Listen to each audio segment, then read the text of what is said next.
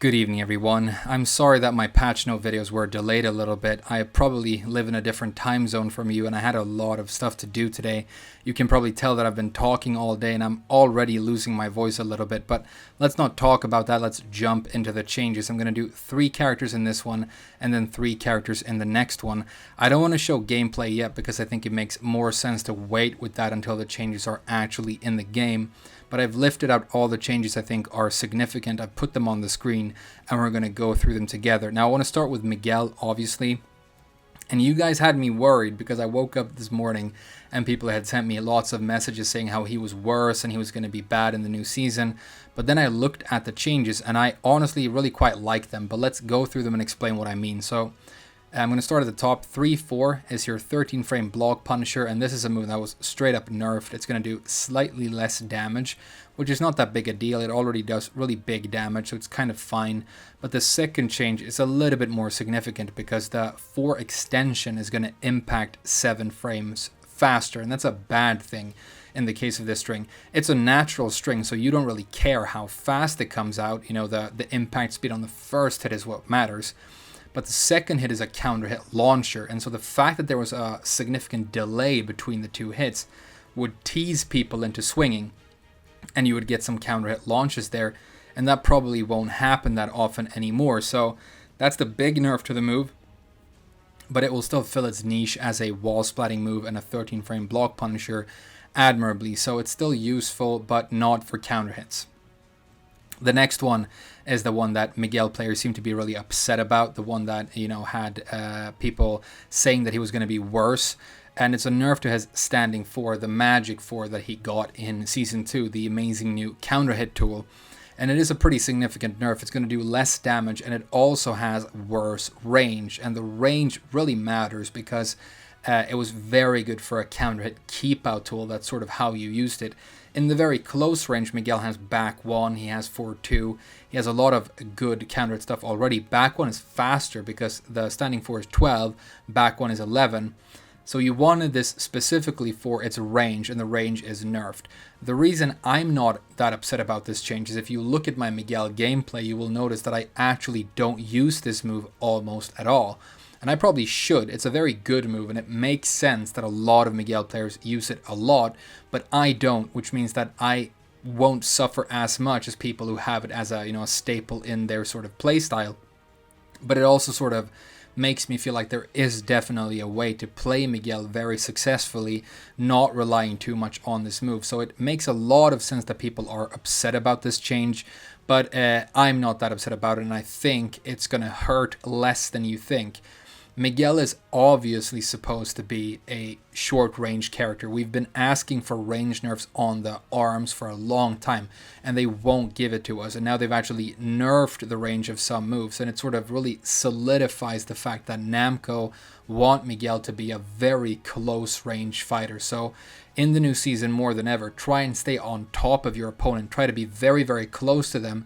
And when you are, you still have back 1, which is faster than the standing 4. So it is short range, but if you're going to stay in that range anyway, then I don't think you're going to suffer that much for losing range and damage on the standing 4. The standing 4 was used as a combo filler in some cases as well. And it's going to hurt that the damage was nerfed in that context, but you can modify those combos and get really good damage either way. So it's not huge, but it is pretty big, and I definitely see why some people are upset about this one. Next, 443 had its damage nerf. This is the big high homing normal hit launcher that doesn't really get used that much because it is slow and it is duckable. I love this move because it's so fun when it hits. It's very satisfying and you get big damage. It's your most powerful, I think, single hit move in terms of damage right now. But the only context where this move was really useful is as a spin move after, for example, when you launch with Savage 1+2, which is rare, but you get that really sky high launch and they bounce, and you could use this as a spin move in that case and get good damage. However, Miguel is very good at converting his combos, and you can definitely find something that will do similar damage and be very respectable that doesn't use this move for the spin. So if you love using it, then obviously you're sad about that, but there is a way of working around it as well, so I don't think that's a big nerf at all. And the next one, this is a change that I think a lot of people who are being realistic sort of anticipated, and it's less pushback on the Savage down forward, and that's the big, high crushing launcher from Savage. Currently it has a lot of pushback, and what happens with it is you throw it out. If you get a launch, which you will because you go under highs, you have massive range, that's great. But if you get blocked, sometimes it pushes the opponent so far back that they try to block punish you. Their block punish whiffs because of the pushback, and then you get a free hop kick. And it's great because it's just like you collect a free round when that happens, and it feels great. But it is a little bit cheeky, and it is a little bit exploitative, and I honestly think it can be quite healthy to not over-rely on this move. The way I use it a lot right now is I will knock the opponent down, and then I'm running up towards them like I'm going to apply some sort of Oki, but then I stop right outside get up kick range and I go into Savage. And if they do some sort of get up kick, then I have a clean whiff that I can whiff punish with this move. If they stay on the ground or roll, this hits people on the ground for good damage still, and it's still going to fill that role great, but you just need to be sure that you're seeing a whiff before you do the move, or you're hard reading a high that you want to go under. And it's going to be great in those cases, but you won't get, you won't be able to over-rely and gamble on it as often. And I think it's sad for Miguel players, but it kind of makes sense, so I'm not angry about it in any way. But next I want to get to the really sexy changes, the ones that I'm really happy about. I'm going to start with back 4, which is your power crush move and pretty much your best wall splatting tool. One of the better power crush moves in the game in my opinion. I absolutely love this move. Great range, big damage, wall splat. Now, it's worse on block. It was minus 13 and it's going to be minus 14. I don't think that's such a big nerf because I've talked about this before. Minus 14 is a little bit of a no man's land in terms of block punishment. Not that many characters have specific great stuff for minus 14, but when they do, they tend not to use it because they don't know all the moves in the game that are specifically minus 14. And if anything is 15 or more, then obviously it's launch punishable and people are going to use a punisher instead, a launch punisher instead. So where it really matters and where you need to be careful now is when you're playing against somebody good and knowledgeable who knows a lot of frame data and is using a character that has a 14 frame normal hit launcher. Jet Upper, Lars, for example, is going to be dangerous for this. But I think when you actually get launch punished for using this move, it's going to be rare enough that you go, oh, that's impressive. This guy knows exactly that this move is minus 14 and he reacted perfectly and he used the right move, and that's fair enough. But most of the time, the punish you're going to eat is the same punish that you're eating right now at minus 13. That's my prediction. But that's the downside. The upside is huge because this move will give you wall bounce in the new season, and this is amazing. When I criticized wall bounce, I talked about how I didn't like the feature very much. My big sort of criticism was that you want to stick the property of wall bounce on a move that is already good for wall splatting. Otherwise, it just doesn't become relevant. And back 4 is like your best wall splatting move, and now it's going to do like twice the damage because you get the wall bounce, and it's amazing. So you're going to do this into 1, 2, 4, and then you're going to get a full wall combo on top of it. So it's really, really big and really amazing, and you don't want to have your back to the wall against Miguel in the new season. So huge change, and I think it's going to make him even more dangerous at the wall. And so if you have the option of playing on a wall stage with Miguel in season 3, definitely select the wall stage. Next, big change again, one of the biggest buffs, Savage 2, which is the big, big power hit that he uses at the end of his wall combo right now, has gone down all the way to minus 9 on block, meaning that this is a safe move. And this is huge. And you now have a good whiff punishing move, long range mid that you can use out of Savage, and that will mitigate the fact that you can't over rely on Savage down for 2 as much. But this move is so good and so high powered. It does 32 damage. It's massive, this move. It's got really good range. It's fast. This is going to be your preferred mid for the Savage mix-up, in my opinion, going forward, over Savage up forward 3 and over Savage back 1-4. I think this is like the new main mid of the Savage mix-up, and I think it's really, really big, and I think it's amazing.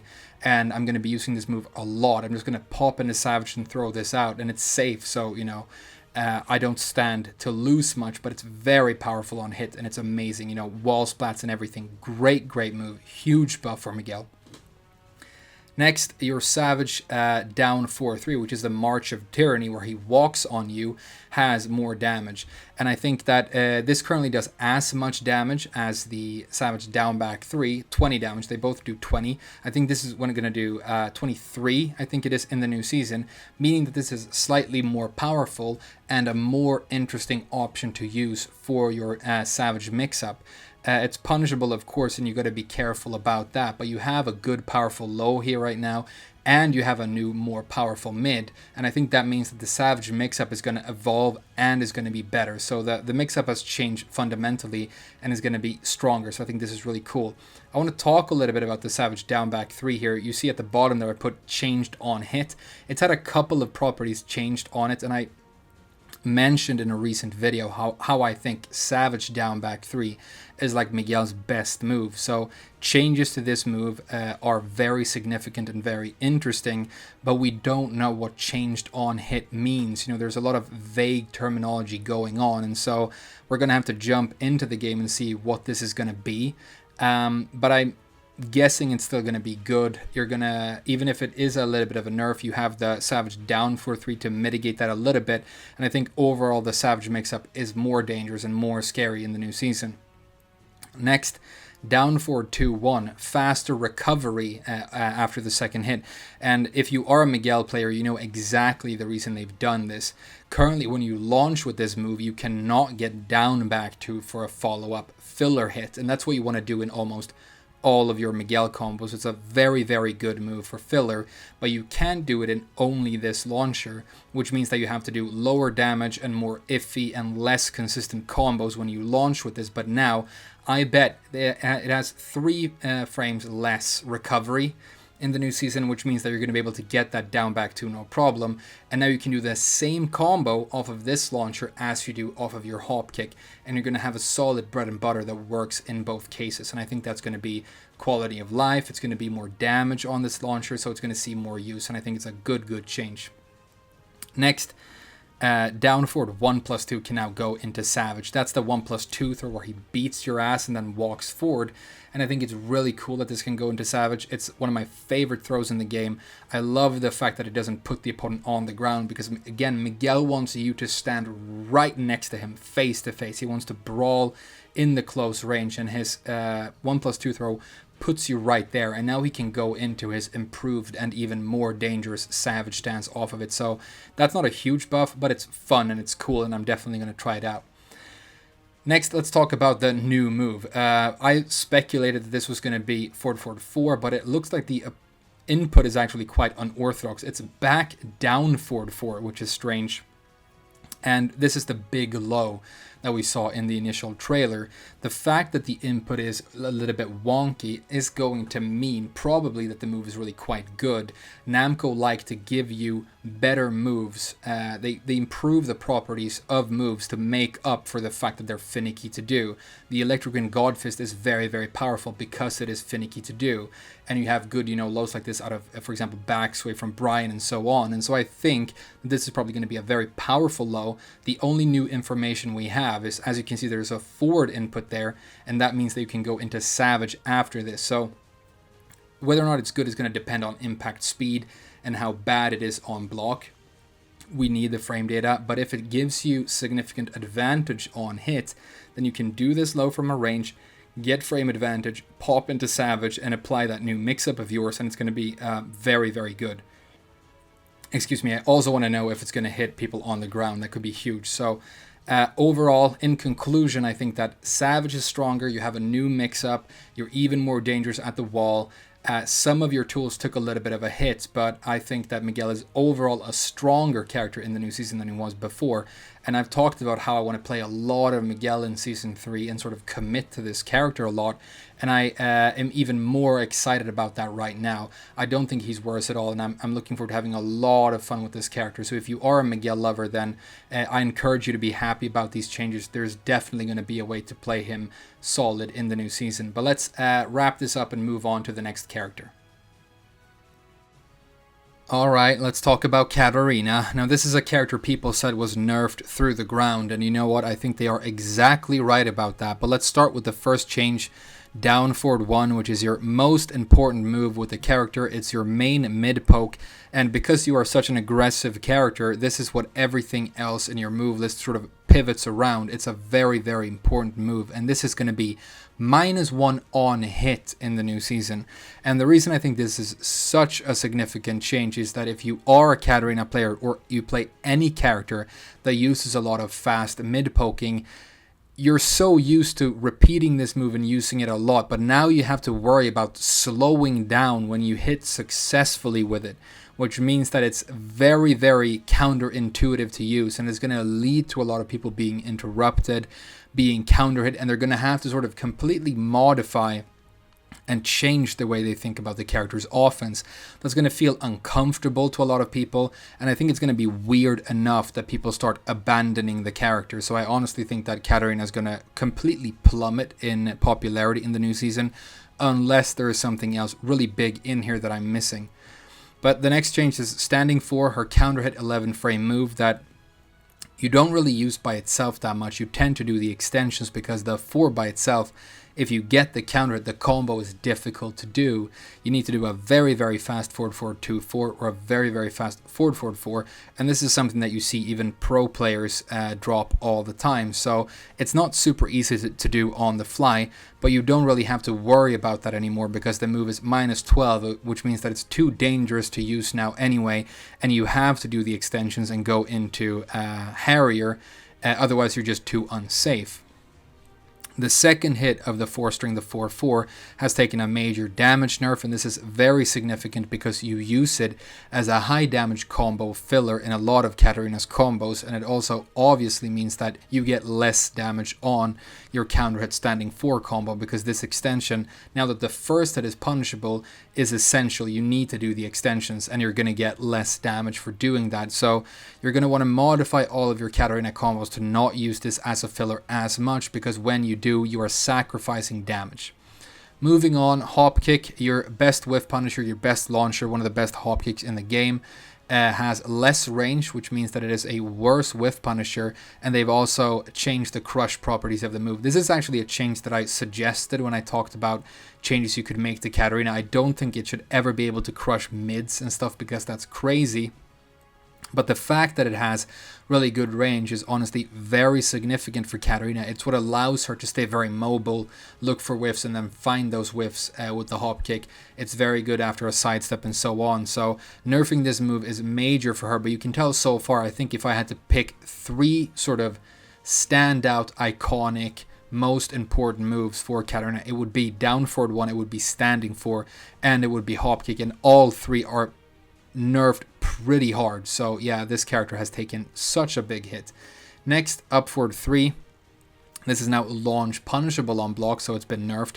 This is a long range launcher that you have, and you can use this as your new whiff punisher instead of the hop kick. I guess it kind of works for that already, and you will get a little bit more damage in the new season. However, it's launch punishable, it's very risky to mess up, and it also has pretty slow impact speed, so this definitely does not make up for the fact that your hop kick is worse.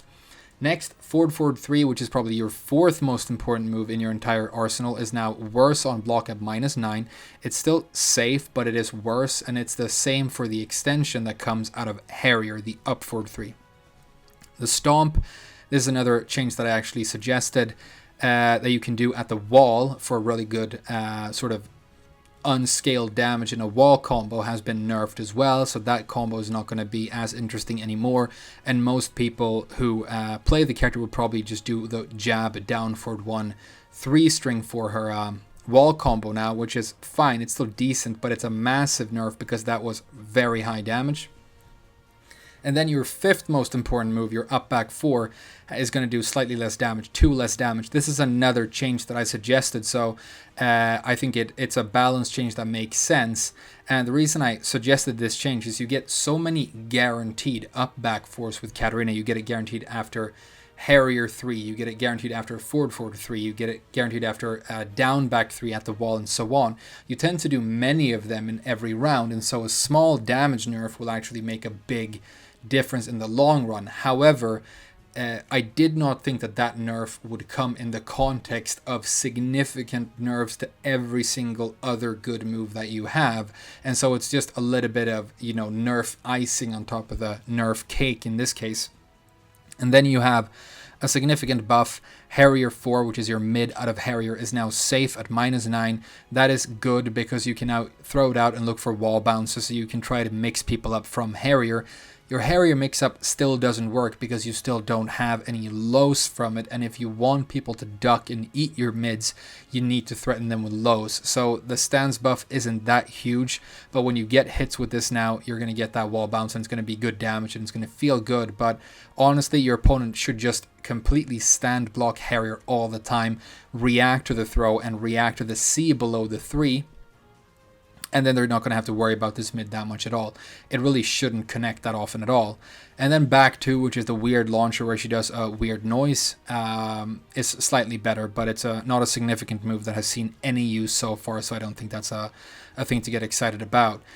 Her new move is Harrier down 4-2-3. We saw this in the trailer. I think it's going to be a part of her combos, and so hopefully that's very good, and it makes up for the nerfs that your combos have taken. It allows her to retain some of her really good combo damage, but it's not a low, so it's not going to improve the mix-up capabilities of Harrier.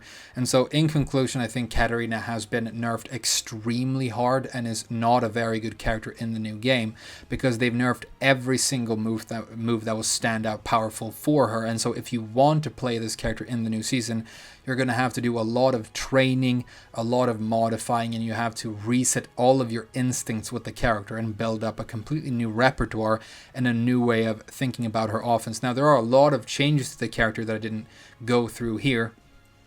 Changes to the counter hit properties of back 3 and weird stuff like that. And that could be amazing. I mean, if that's a counter hit launcher 12 frames, it won't be, but if it is, that's huge, obviously, and the character becomes better. But I don't think it's going to be too significant, but I just want to say that there might be nuggets of gold in there somewhere that I missed. But overall, this character is significantly worse in the new season, and the only reason to play her going forward is that you really, really love her, because Namco haven't left you with any other reasons to enjoy this character in Season 3. Here's a tip for you Katarina players who are upset about the nerfs. Maybe look into picking up Lars, because he's going to be a lot better in the new season. I think he's seen a set of healthy buffs that will sort of push him finally into the realms of viability. He's a difficult character to talk about because he has a lot of those vague changes where Namco go, this move is different now, this move does something different on counter hit, this move is good on a Tuesday. You really don't know what they mean unless you have the changes in the game, but let's look at what we do have and what I've highlighted on the screen here, because it's some pretty interesting stuff. First of all, 2-1 has 3 more damage and it has improved frame data on hit, and that means that you now have a dedicated 10 frame block punisher, because this is now better than your other options. And so 2-1 is going to be the go-to 10 frame. It's still not amazing for a 10 frame, but it's pretty good. It's much better than it used to be, and now you don't have to worry about which one you want to use. It's going to be 2-1, it's going to be solid, you're going to get 20 damage, and it's pretty good. Next, Dynamic Entry 2 has a small damage buff and again better frame data. This is the one where he sort of, fists you from underneath, the counter hit move that is really good, and it's used as a combo filler in a lot of combos, meaning that you get slightly more damage in those combos as well, so that's pretty cool. Next, Silent Entry 2, that's the sweeping low from Silent Entry, is better on hit at +5, so you can continue very confident offense when you hit with this low from Silent Entry right now. Next, I think this is the biggest buff that Lars got. It's the move that has seen the biggest overhaul in the new season. It's Silent Entry down forward 1, which is the sort of overhand mid that he uses from Silent Entry. This is now ±0 on block, so it's very, very good on block. That's super dangerous, and they're going to have to be careful about you using counter hit stuff. And you get +8 8 on hit, which is massive. So if you hit with this, they are completely locked down. They cannot sidestep. They have to stand there, and they have to eat a mix-up. And that's very good. And you also have improved tracking on this move, which means that you can chase people with it when they're moving sideways. So a new very, very dangerous mid to look out for from Silent Entry. It's buffing the mix-up potential of this stance significantly. It's a big, big change. Continuing with Silent Entry down 4-2, it has apparently had a range nerf, and we don't know how much or how significant that is, but it is a nerf. I don't think it's going to be too big because, of course, these stances that Lars has travel forward as you do them, so you're already moving, and closing the gap towards your opponent with the stance itself, and that should allow you to be quite close, and so it having slightly less range probably won't be that big of a deal. And then we have one of those changes where it says that it does something different on counter hit, and that's something that we're going to have to check out in the game because we don't know what it is. But this is going to be one of your best moves with the character, and it makes this stance a lot more viable. And there's that buff to the 2 as well, which is the low mix-up, so a solid mix-up stance now. I think it's very, very interesting. Next, 4-4-4-3, which is that 2-hit low that you also have access to from dynamic entry, now gives you +3 on hit. So you have some advantage when you hit with this, and you can continue offense. That's pretty cool. Not huge. It's still going to be a launch punishable low and quite seeable, so kind of dangerous, but there you go. But next is a kind of a strange change that took me by surprise. Lars has this down 2, which is the elbow check that he does from above, and this can now transition into full crouch by holding down. This move didn't really have much of a niche before, but now you can use this to get advantage on hit and go into full crouch. It looks like one of the big things, the sort of philosophies they're trying to bring in for Lars in the new season, is they want him to be good at mixing up from full crouch, and that's a strange direction to take him, but he does have the full crouch down forward 1+2. He has a little bit of a package to build on down there already, and so it's honestly a pretty good idea. And this is going to be one of the ways where you go with a mid, and if you get the hit, you can hold down to go into full crouch, and now you have the opportunity of applying a mix-up from full crouch. So I like this idea. I think it's a clever direction to take the character. Next, again with full crouch, while standing 2 does more damage, and it has 1 frame more advantage on hit and less disadvantage on block, so it's a pretty solid buff to that move as well. And this is the move where you can hold down, you can spin back into one of your stances, and then the one extension on that is of course your Punisher, and so you're going to get more damage in that Punisher as well. So this is a solid mid that you can use for the mix-up when you're down there right now. And next, the 4-2-1 and 4-2-4. These are quality of life changes, and I think they're pretty good because 4-2-1 and 4-2-4 had a problem right now. I tested it just this morning, and it's really annoying. You can hit with the first hit of these strings, and even though it connects, the second hit, the 1 and the 4 in this case, will just completely whiff. Even though you hit with the first part of the string, it sort of pushes them away far enough. And it looks like this is something that they've completely changed. And they're going to hit consistently, which means better punishment, easier access to silent entry in terms of the 4-2-1. So very, very good. And then you have 2 new moves with Lars. The first one is the one that we saw in the first trailer. It's silent entry 4, and this is going to be your power crush. So again, massive buffs to silent entry. One thing the opponent can do right now when you go into silent entry is they can interrupt you, they can try and stuff your stance, but now that you have an armor move here that they have to be very careful about, that's going to cause them to hesitate, and if they hesitate even for a second, then they have to eat the mix-up. And we don't know exactly what the move is going to do when it connects, but it looks like it might actually give combos or at least guaranteed damage. That probably means that it's launch punishable. I would prefer if this just gave you a knockdown and some damage, but wasn't launch punishable. Maybe, -13 I think would be very reasonable. But it's definitely a buff to silent entry. And then the second new move, full crouch down 4-2. I really wonder what this is going to be. But like I say, they've tried to expand your full crouch package with Lars, and now they're giving you a completely new move that is going to work, in synergy with your new full crouch stuff. Very, very excited to see what this is going to be and what they're going to do with it. It could be massive. It could be a great move. Who knows? It could be a counter hit launcher. Could be something that knocks it down. So that's another really interesting change. So overall, in conclusion, when it comes to Lars, These aren't changes that completely blow your mind. They're not going to be, you know, like that crazy Punisher he had in season 2, but it's almost even better because it's sort of healthy quality of life changes in all of these different areas that boosts the viability and the solidity of the character overall, which is kind of exactly what he needs. I made a lot of videos talking about Lars in the past, and every single time he was buffed so far, I've said, this isn't the buffs, you know, these aren't the buffs that are going to make him viable. This is not when Lars suddenly becomes good.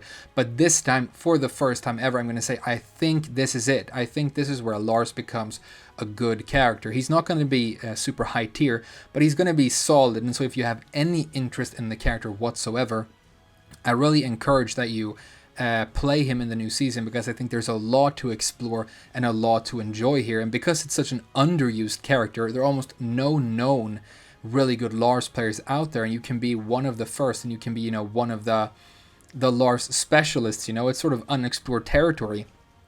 I'm going to be playing mainly Miguel and a lot of Zafina in the new season, but I definitely will play some Lars on the side and check out these changes, because, you know, he's an old favorite of mine from the Tekken 6 and Tag 2 days. So I'm very, very happy about this, and I'm glad we could end on a positive note. But I think Miguel overall, some nerfs, but overall better. Katarina nerfed through the fucking floor and really quite useless, and Lars really, really interesting. So a lot of exciting stuff. There are more characters to talk about. I'm preparing the next video as this is rendering, so we'll talk more soon. But thank you for watching this far, and I'll see you guys again very soon.